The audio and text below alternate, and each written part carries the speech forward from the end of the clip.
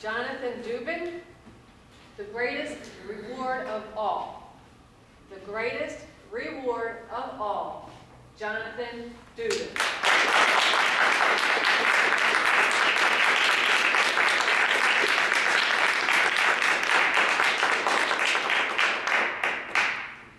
Thank you, Ms. Contest Master, fellow Toastmasters, and honored guests. How would you like to do something that would not only be personally rewarding, but rewarding for others as well? How would you like to create a legacy, a gift, that could benefit generations to come? How would you like to reward yourself with what is perhaps the greatest feeling of pride, satisfaction, and fulfillment that you may ever know? Each of you has the power to create a priceless reward for yourself and others and a long-lasting legacy by becoming a mentor. By becoming a mentor, you have the opportunity to pass along your education, experience, and expertise. Your mentees, in turn, can pass along what you've taught them to others. Real mentors are not motivated by money or fame.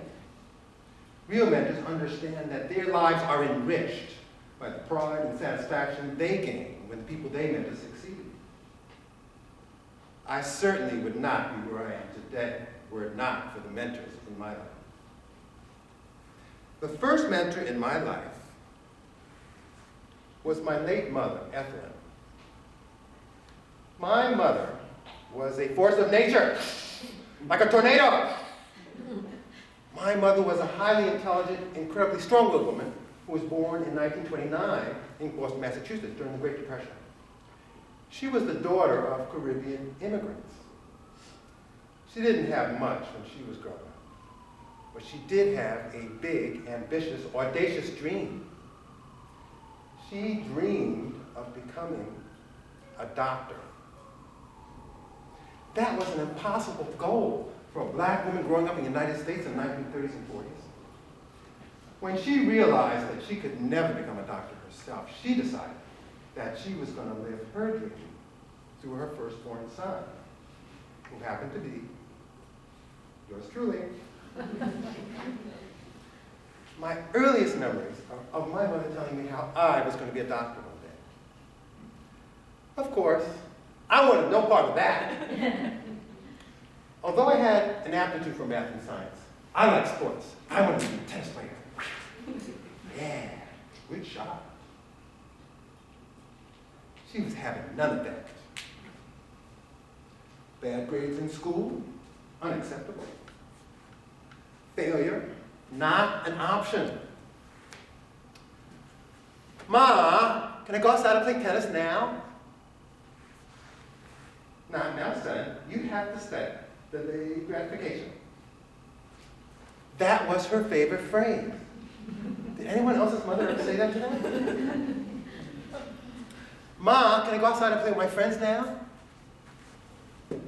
Not now. Delayed gratification. Ma, can I watch TV now? No. Delayed gratification. Delayed gratification. Delayed gratification. When was I going to get this gratification? When was I going to get my reward? One day, she would say. Yeah, right, I would say. After this happy childhood, I went on to college, and I wasn't good enough to be a professional tennis player. I couldn't figure out what else I wanted to do, so I decided I might as well go to medical school. My mother was very happy about that. My grades were good enough to get me into Harvard Medical School. It was not until I finished medical school and began my medical internship training that I began to have serious doubts about my career choice. I wandered around the hospital thinking, what am I doing here? Did I spend the last 8 years of my life doing what my mother wanted but not what was right for me? To my supervisors at the hospital, I appeared distant, distracted, and disinterested. At one point, the chief of medicine summoned me to his office and asked me point blank, "Are you sure you want to be a doctor?" He had a very nasal voice. I had reached the lowest point in my career. I almost quit. It was at this time that I met the next important mentor in my life, Dr. Wallison. Dr. Wallison was a cardiologist, a heart specialist at my hospital. I found him to be a highly intelligent man, a kind, considerate man. For some reason, he took a liking to me. He introduced me to the field of cardiology, the study of heart disease. His insightful, nurturing teaching style got me fascinated and excited about being a doctor for the first time in my life.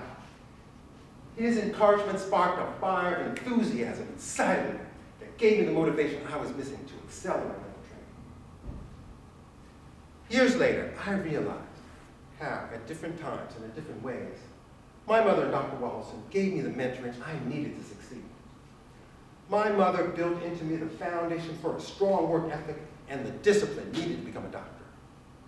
Dr. Wallison inspired and motivated me. He ignited the rocket that launched me into the marvelous career that I enjoy today. I finally have my delayed gratification. You were right, Mom. For years, I wondered why they did what they did, since they never asked for anything in return. It was not until I was a mentor myself that I felt the pride that they must have felt in seeing me succeed. How about you? How would you like to make a meaningful difference in someone's life? How would you like to give someone's dreams strong wings so they can fly? Or live your dreams through others, as my mother's dreams are living through me, and will continue to live through my daughter, who, by the way, is currently doing cancer research at Hopkins and will be applying to medical school next year. I'm not bragging. Be a mentor, and you will be rewarded with the incomparable feeling of pride, satisfaction, and fulfillment that being a mentor can bring. Be a mentor, and you can have the greatest reward of all. Thank you.